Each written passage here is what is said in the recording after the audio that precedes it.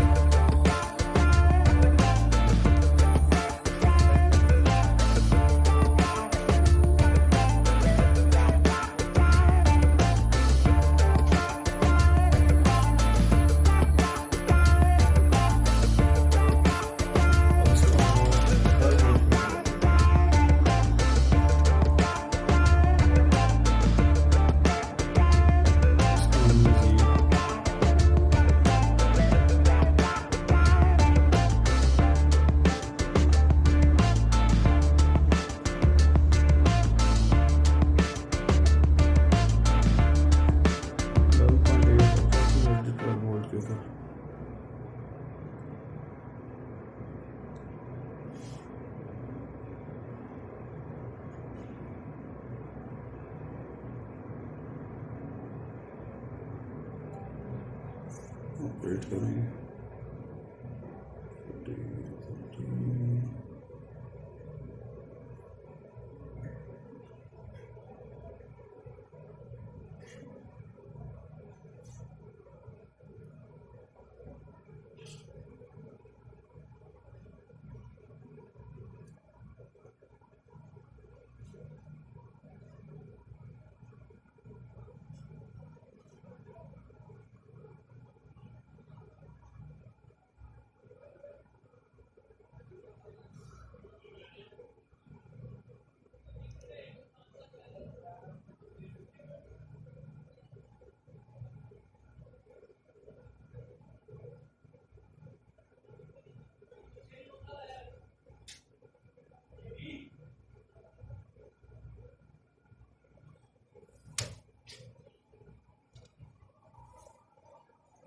अभी ये 11.95 वोल्ट्स हैं।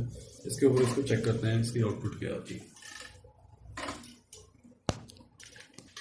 12 वोल्ट के ऊपर इसको देखते हैं इसका क्या रिस्पॉन्स है।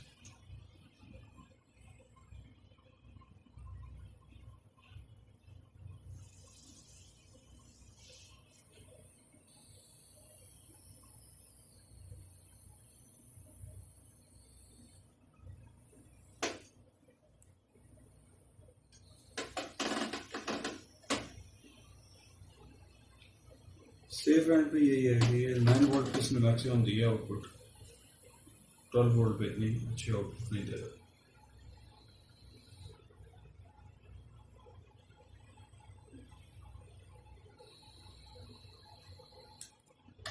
सेट करते हैं 9 वोल्ट के ऊपर हमने सेट कर दिए वोल्टेजेस। अब हम चेक करते हैं 12 वोल्ट की निस्बत कितना बेहतरी आती है।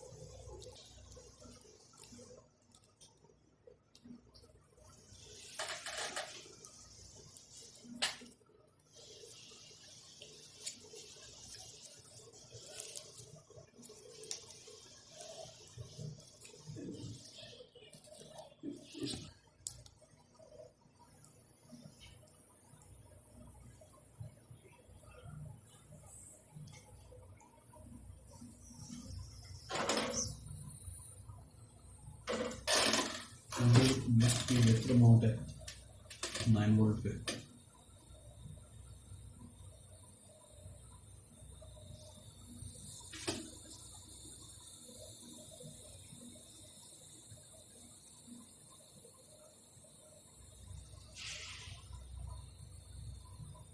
कूलिंग इफेक्ट अच्छा खासा हो रहा है। अब इसको 5 वोल्ट पे ऑपरेट करना है। ये लैपटॉप की पावर सप्लाई से निकल रहा है, यूएसबी पोर्ट से 5 वोल्ट्स निकल रहे हैं। इन 5 वोल्ट से हम इसको ऑपरेट करेंगे।